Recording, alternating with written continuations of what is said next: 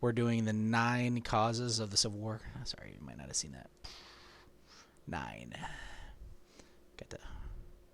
All right. So, without further ado, let's get going. So, I got to switch over. All right. So, our 9 causes of the American Civil War for 8th grade history. So, first, we're going to start with the 9 causes. Here we go. And we have, here's our list, 1 through 9. Compromise of 1850, the Fugitive Slave Act, publication of Uncle Tom's Cabin, written by Harriet Beecher Stowe, the Kansas-Nebraska Act, the Pottawatomie Massacre, we'll also be calling that on and off Bleeding Kansas, the Dred Scott decision, John Brown's raid on Harper's Ferry, and the election of 1860, as well as the formation of the Confederacy. These are 9 causes of the American Civil War. And throughout this, you will see in the bottom right-hand side there, the images that I'm using. That's where I got them from. So if you want to see them more in depth or for future reading, I will have some sources at the end. So here we go. So here's some maps for us to look at. And for us, we are going to be talking about the Compromise of 1850, but it wasn't the first compromise. So we had the Missouri Compromise, and one of the things that the Compromise of 1850 is going to do is get rid of this Missouri Compromise. So we got to look at what we're dealing with. We had only gotten over to here, so the Louisiana Purchase, and all these states up here, slavery is prohibited. All of them down here, slavery permitted. Now the Missouri Compromise, basically what they said is no further slave states like above this line right here, this 3630 line. Everything above there is free. Everything below it is, south of it is slave, except for Missouri. And then as we see here, that kind of held true all the way, but now we're getting new territories, and these are too big, and they wanted these to be multiple states. So they're kind of worried that these are going to be coming in as a bunch more free states. That's what the Southerners were worried about. And the free states didn't want to be slave states.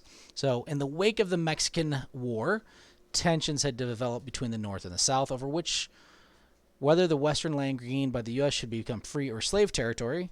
And things came to a head when California sought approval to enter the Union as a free state in 1849, which would have upset that balance right at this point from Missouri Compromise. Half the states free, half of them slave. New states coming in, going to upset the balance. More free than slave. So they need to come up with something that if they'd get voted out, basically. The South was afraid that the North would vote out slavery, and the North was afraid that the South would just make slavery legal everywhere. So that's the big problem. So the compromise from the Missouri Compromise is just gone. They're getting rid of it. And Senator Henry Clay, who was a Whig from Kentucky, proposed a package of legislation to resolve these disputes. But the Senate, after 7 months of discussions, rejected his proposal. And then Senator Stephen A. Douglas, which will be important. He's a Democrat from Illinois. That should sound familiar for anybody who's familiar with Abraham Lincoln. Came up with an alternative proposal that admitted California, established Utah and New Mexico as territories that could decide for themselves whether to permit slavery or not. It also defined some boundaries for the state of Texas. See how Texas is a different, see no nothing here, no size to it. Now we actually define the boundaries. Whoops. And so it also abolished the slave trade in the District of Columbia and obligated the entire country to cooperate in returning escaped slaves. But what ends up happening, because of this, we can see there's going to be another problem here in 54. This is just postponing the problem of slavery. It's kind of kicking the can down the road on the whole slavery issue, and it's just dealing with California coming in as a state, not really affecting. It's going to become a problem in the future.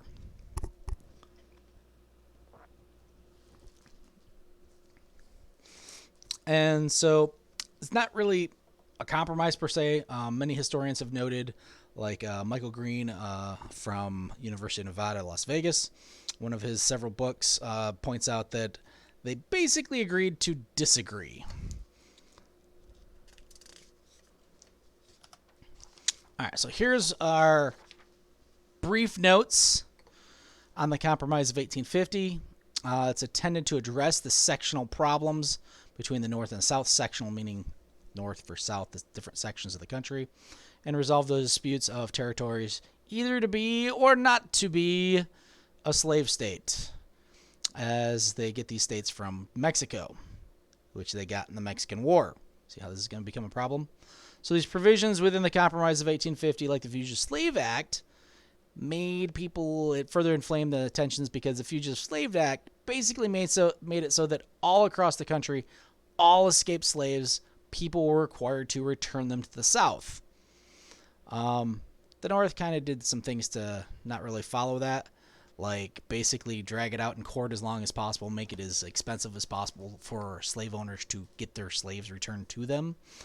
But it still legally required all of the free states, the non-slave states, to return escaped slaves to the South. So it basically made free states not free, which the free states did not like. So we're going to pause here for our Edpuzzle questions.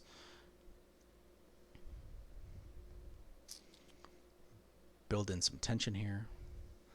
All right, so now that you've had your question here, I may have to time it out a little.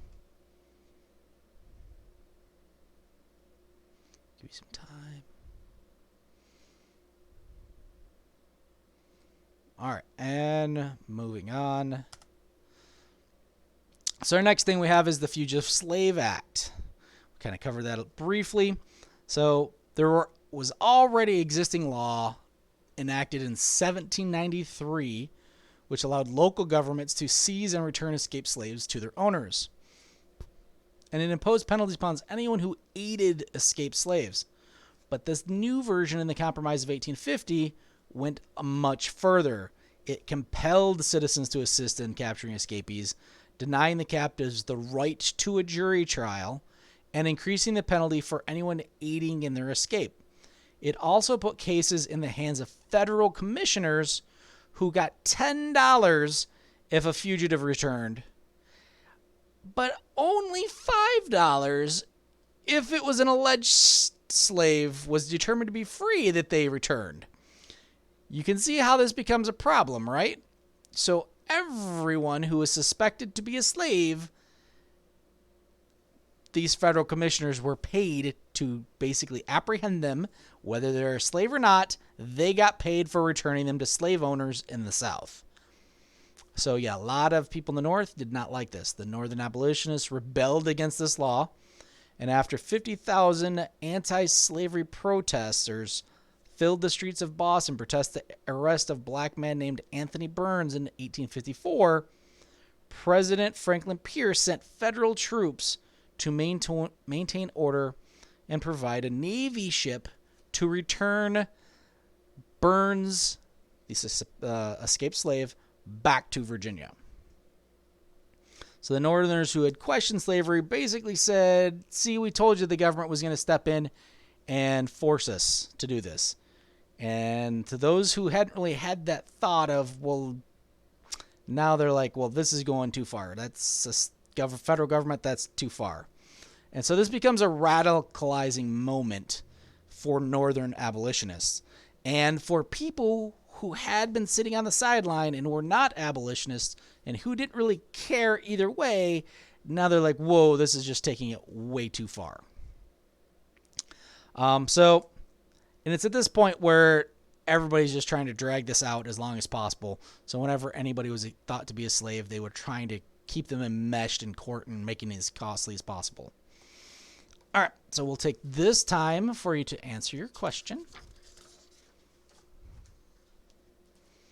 I think it'll pause here between questions so I can go on. We'll pause after this.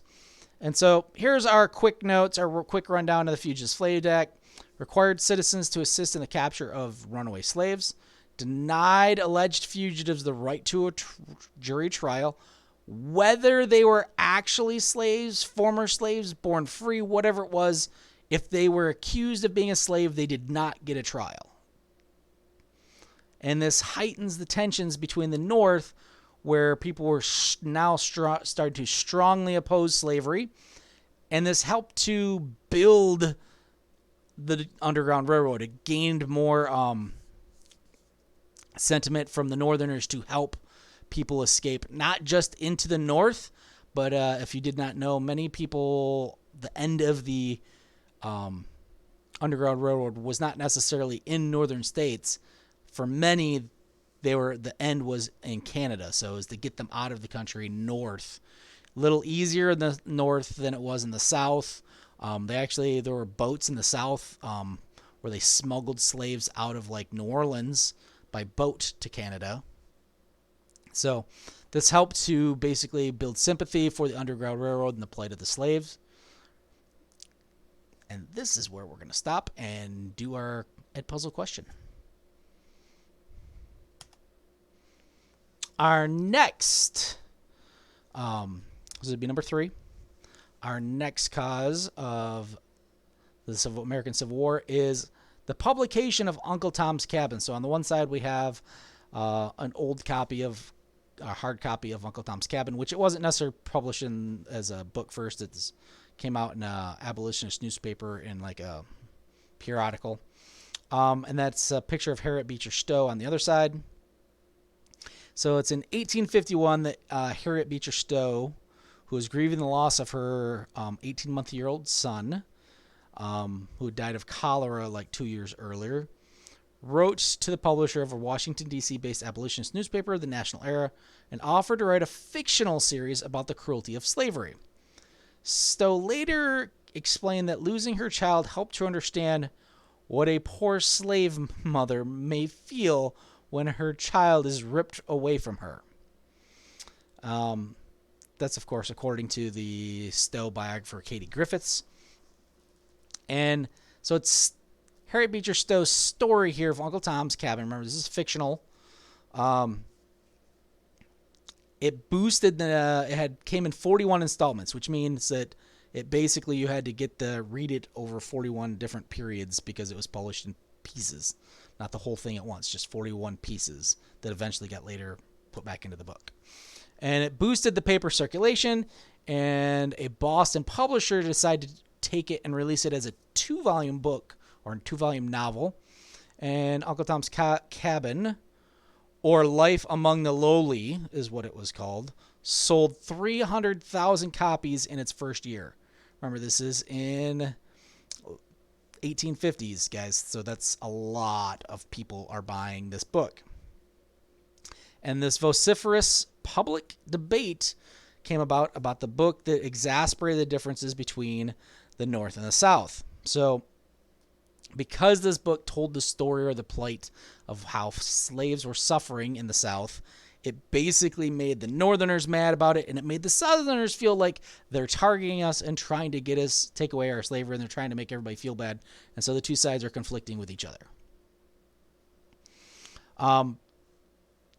Many of the Northerners were shocked by the brutal depictions of slavery, which Stowe had synthesized from published autobiographies of slaves and stories she had heard from friends and fugitive blacks. Oops. In turn, Southerners reacted noisily, basically saying, you're all against us, you're attacking us, you're trying to get rid of slavery, you're trying to get rid of our economy, you're trying to basically oppress us. And Stowe was even invited to the White House after the Civil War started by President Lincoln, and when he first met her, President Lincoln said, so this is the little lady who made this big war. So that's how influential at the time President Lincoln saw this book. And here is our cliff notes of what we need to know about Uncle Tom's Cabin. It depicted the harsh realities of slavery, stirred Northern abolitionist sentiment against slavery, and it played a significant role in shaping that public opinion, especially in the North and in the South, for and against slavery. And it also helps to basically ring out internationally the immorality of slavery. So again, we're going to take this time to answer some questions. Good luck.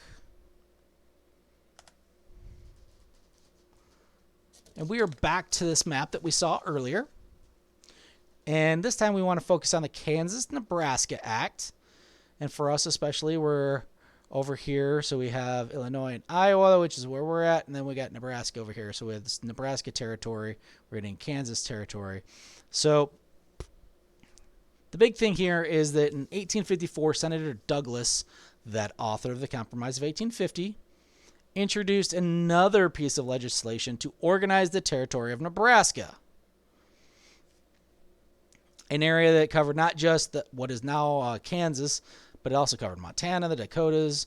And according to the U.S. Senate's History of Law, Douglas was promoting a transcontinental railroad to go basically from Chicago all the way over. So he wanted this northern route to go through Illinois from Chicago, because that's the people, that's what he represents. And so that's what he envisioned, was this northern railroad going through the Nebraska territory and starting basically in Chicago. The problem, of course, is that slavery was prohibited by the 1820 Missouri Compromise, and rivals, including slave owners, wanted a southern route so they could take their slaves on their trains when they're going back and forth from the East Coast to the West Coast. So they didn't want to go from Virginia or Washington into the North, where now the slaves are free, potentially, and then just to get to somewhere else. So they wanted to stay southern so they could keep their slaves with them and they wouldn't lose their slaves by traveling. And this will be important later, because when we get to, that's basically all the Dred Scott decision's about, is that actually happening, is a slave moving from Missouri up to Wisconsin. I think it was a territory at the time, not a state. But that's neither here nor there. All right, so to get what he wanted, Douglas offered a compromise, which would allow settlers in those territories to decide whether to legalize slavery or not. The Massachusetts Senator Charles Sumner, an opponent of slavery, attacked the proposal for creating a dreary region of despotism, meaning basically it's creating a spot where there's slavery across an anti-slavery route. And so, even though this gets passed by Congress, and then it has cataclysmic results, because now what we're going to have is people, when Kansas goes to become a state, we get Northerners and Southerners moving in in droves to sway the opinion on whether it's going to become a slave state or a free state, even before it becomes a state. And so it reopened land to the expansion of slavery and destroyed the long-established political compromise on the issue of slavery in the West. So pro-slavery and anti-slavery activists surged into these territories to sway the vote, and they clashed violently. And this violent clash is what's going to become known as Bleeding Kansas. And we're going to talk about this a little bit more in just a moment. And Bleeding Kansas is often considered a foreshadowing of the Civil War, or like a mini prep to the Civil War. And it's basically showing that the tensions between the North and the South are coming more and more to a head, because people are killing other people over the institution of slavery. And it may be important to note that, for the most part, these are white people killing other white people over the institution of slavery in Kansas. All right, so let's continue on. Here is our Cliff Notes for the Kansas-Nebraska Act. What it did: repealed the Missouri Compromise and allowed settlers in Kansas and Nebraska territories to decide on slavery through their own votes. And that leads to violent conflicts between pro-slavery and anti-slavery factions, and earns the area the nickname Bleeding Kansas. An instance of that. Oh, sorry. So we'll pause here for your question on Edpuzzle. So the Pottawatomie Massacre is this example of Bleeding Kansas. And so one of those people who went to Kansas was a radical abolitionist, and religious zealot named John Brown. That is a very important name. Learn that name now. It's going to save us some time later. He's going to come up again. That's the zealot part. He's very, very important. Many historians consider there's not enough material necessarily published out there about John Brown. I think Quentin Tarantino said that John Brown is his most favorite historical figure, the one he respects the most. Maybe a movie about him coming up in the near future if Quentin Tarantino gets his chance. And so John Brown worked as a conductor on the Underground Railroad and founded an organization that helped slaves escape to Canada. Brown moved to the Kansas Territory in May 1856, and he was angered by the destruction of a newspaper office and other property in Lawrence, Kansas by pro-slavery forces. And Brown decided to retaliate because of that. Basically what happened is they're deciding it, getting ready to have this vote, pro-slavery faction moved into, they're trying to decide whether the capital is going to be in Lawrence or Topeka, and the pro-slave and anti-slavery, pro-slavery forces fought over which one was going to be the capital. And so the pro-slavery forces went into Lawrence and basically torched the place. Didn't really have a lot of they didn't really massacre people there. They basically just destroyed a bunch of businesses and stuff. So in response, John Brown's like, well, you know what? We're not going to go destroy stuff in their capital. Maybe because it was better defended. Who knows? But instead, he went to a spot near a crossing on the Potawatomi Creek in Franklin, Kansas. And Brown, 4 of his sons, and several others lured 5 pro-slavery men out of their houses with a promise that they would not be harmed, and then they slashed and stabbed them with a saber and shot them in the head, according to the contemporary account of the attack. Brown's brutality here is was denounced by Southern newspapers and even by some of the Northern ones who thought that he went too far, and that this aroused emotions and distrust on both sides. As an article from the Kansas Historical Society notes, and the fighting in Kansas continued for another 2 years. So if you're looking at your numbers here, 1856, 2 more years, 1858. That's right before the election of Lincoln. So, yeah. Continue on. Here's our Cliff Notes. So, John Brown's violent retaliation against the pro-slavery settlers in Kansas in 1856. That's what it is. And then this escalated the tensions in the region and further polarized the North and the South. Again, showing that people are willing to fight and die and kill others for this.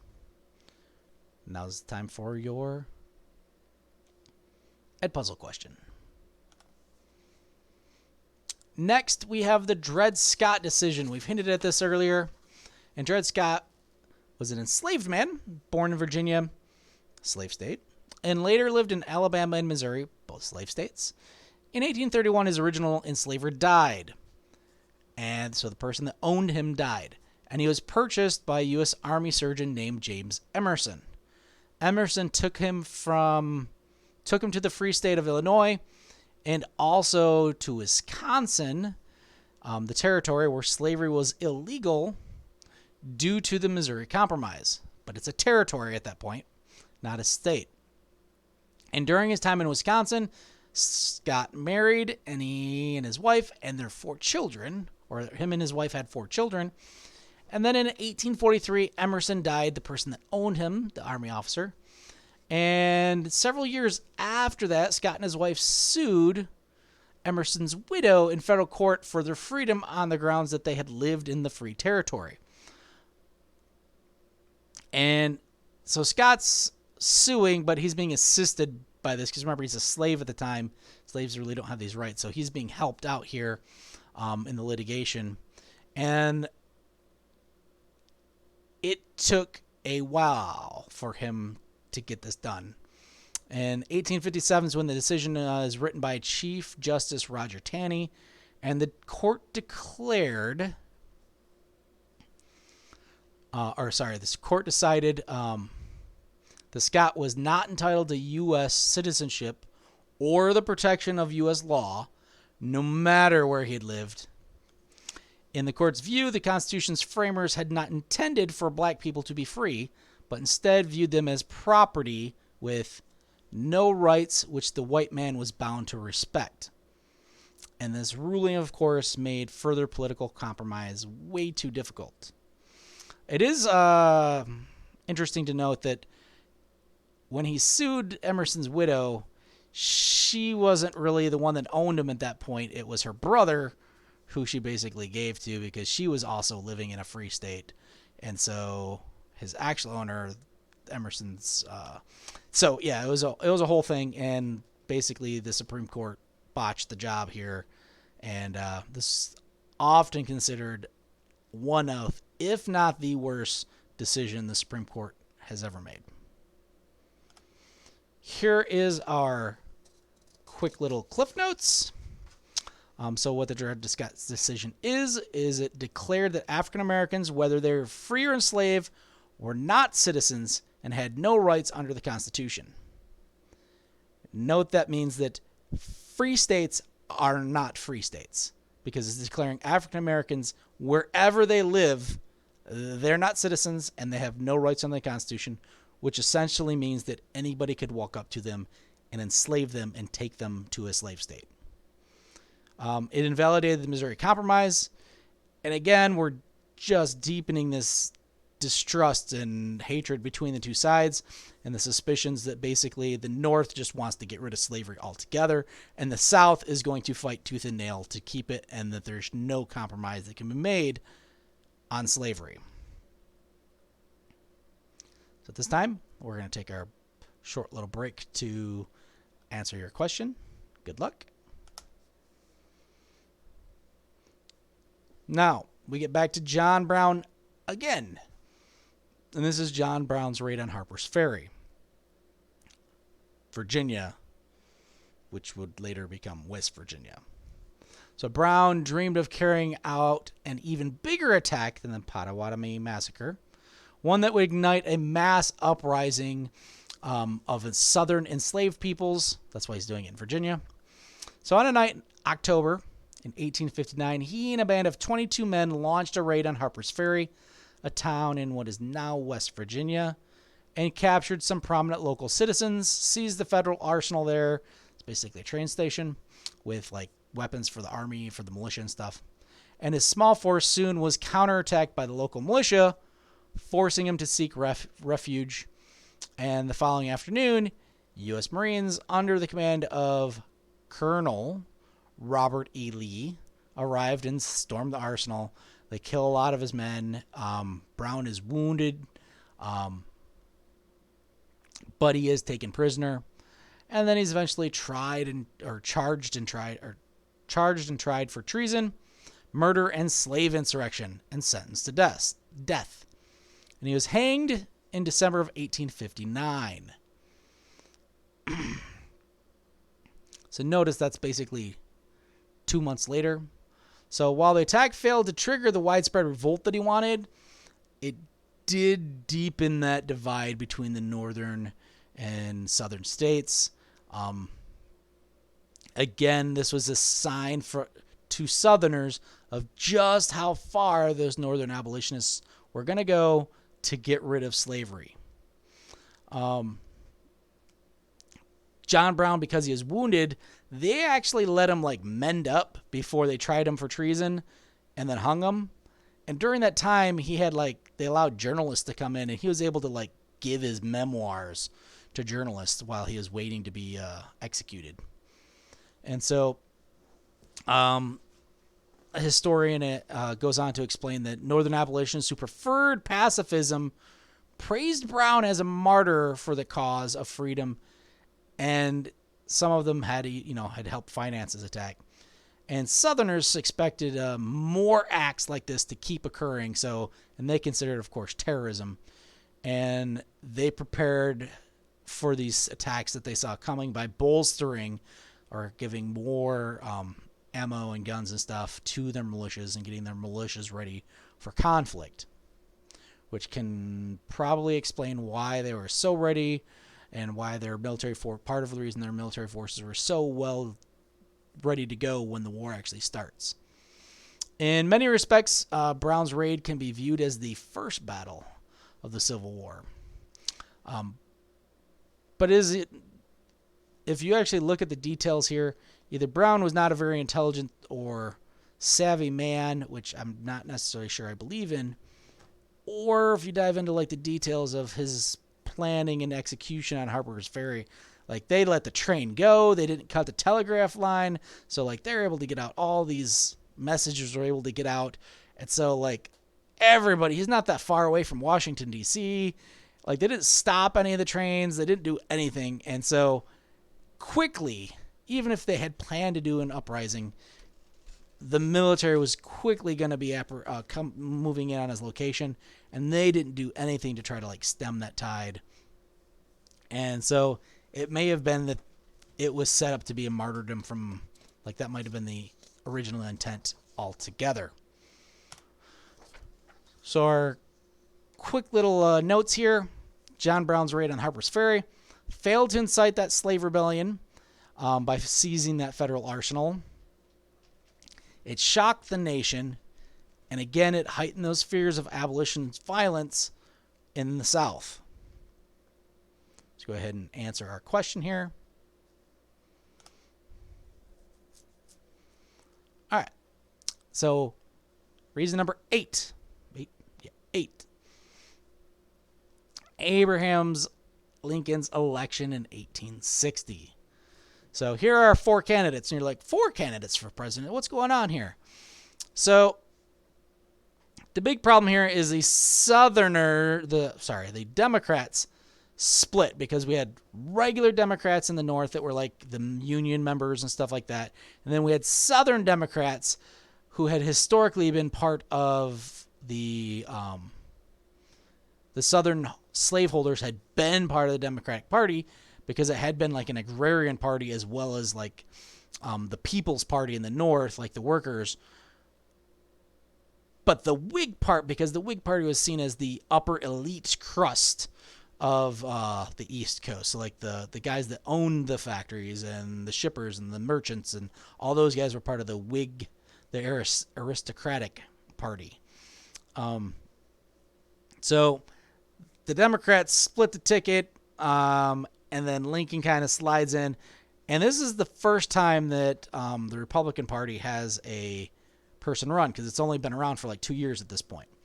So Abraham Lincoln was a self-taught lawyer who had served 1 term in Congress, and emerged in the 1850s as an articulate, persuasive critic of slavery, and achieved national prominence with a series of debates against Senator Stephen A. Douglas.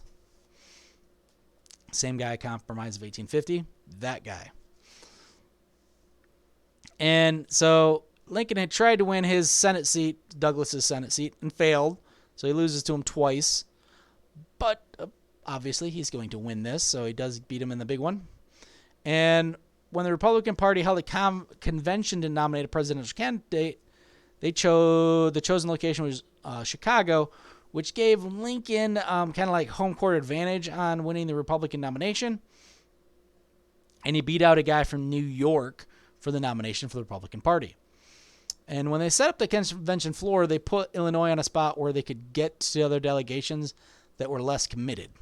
The New York delegation, who was supporting Seward, was put off in the corner where they couldn't really get out of it to go work with the other people. And that made it difficult for them to negotiate and persuade others to support their candidate. In the general election, Lincoln caught more lucky breaks. After the Democrats were unable to decide on a candidate, Southern Democrats nominated John C. Breckinridge of Kentucky, this fellow right here, and Northerners nominated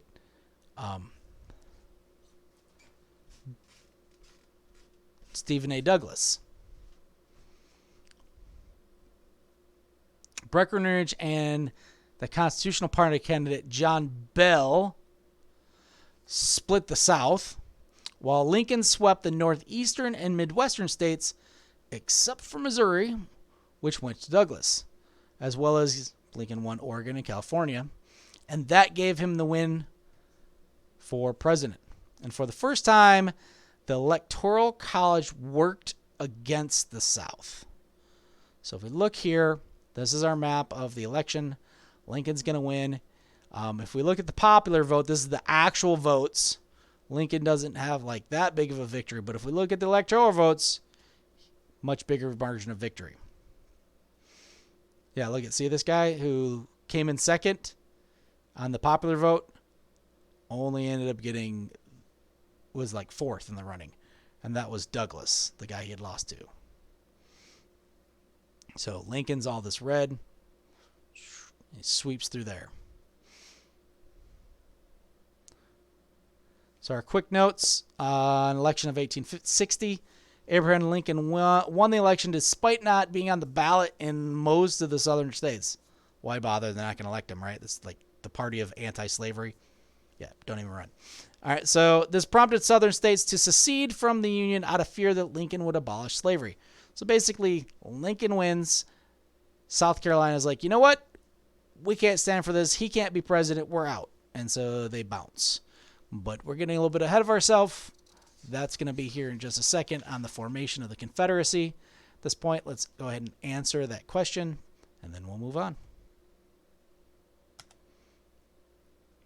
Okay, so formation of the Confederacy. And this on our map here, we see the Confederate States here. We have border states who basically remain neutral or tried to remain neutral. And then we have the Union states, the northern states, the free states. And they don't all leave at the same time. It's like a cascade because these guys leave, these guys leave. Lincoln calls up the army, these guys leave. All right. Selection of the first U.S. president who is a vocal opponent of slavery came as a shock to the Southerners. Now, there is going to be someone in the White House who is not going to do what the South says it wants done reflexively. So basically, anything that the South wants to do, he's not going to do. And this is like the first time that the South's interests aren't counterbalanced by the president. Normally, the growing anti-slavery sentiment of the North is the biggest portion is they're represented in Congress, overwhelmingly Congress, at least as far as the House of Representatives, anti-slavery. The Senate, since they're equal number of states, balance. They can't do anything for or against slavery because the Senate blocks it. And the president had usually been like, at least if he didn't own slaves or a Southerner, he was in favor of keeping things the status quo. Now there's a guy in the White House that says, man, no, we're not doing that. So less than 6 weeks after the election, the first secession convention met in Charleston, South Carolina. About 60% of the 169 delegates were slave owners, and they voted unanimously to leave the Union. Local residents celebrated with bonfires, parades, and the ringing of church bells. 5 more states, Mississippi, Florida, Alabama, Georgia, and Louisiana, soon followed, and representatives from those 6 states met in February of 1861 to establish a unified government, which they called the Confederate States of America. And Jefferson Davis of Mississippi was elected as their first president. Texas joins in March. And then after the Confederate forces attacked Fort Sumter in April, and Lincoln called for federal forces to retake it, that's when 4 more states, Virginia, Arkansas, North Carolina, and Tennessee, left the Union and joined the Confederacy as well. So quickly on the attack of Fort Sumter, that's basically in South Carolina. It is a Union, or it's a federal, basically military outpost, fort. And the southern state of South Carolina, now being the Confederate States of America, wanted the American troops to leave. The American troops there in charge said, nah, not doing that. So they basically shelled it for 14 hours, launched a bunch of cannons and stuff at it. I don't think there were any casualties, and then the guy there yields it so he doesn't lose any lives because he did not get reinforced. Basically, he was hoping he'd get backup, and he did not. So he basically gave up the fort, retreated. So though the Confederacy's leaders didn't realize it, they were hastening the end of what they sought to protect. Had they stayed, many historians agree, slavery as an institution almost certainly would have survived much longer. Instead of a 4-year bloody war devastating the South, which took lives of more than 650,000 Americans and led to the emancipation or the freeing of 3.9 million enslaved black Americans, in addition to changing the nation in numerous other ways. So if they just stayed in the Union, they probably could have hung on to slavery a little bit longer, because it wasn't going to be an easy political fight. But by seceding, they made it a military fight to hang on to the states. All right, so let's go ahead and at this time, I think we are. Oh, we got to have our review, quick little notes here. So the formation of the Confederacy represented a definitive rejection of the federal authority by the southern states. And this further solidifies the division between North and South, and it sets the stage for armed conflict. That happens with Fort Sumter. All right, so let's go ahead and answer our questions at this time.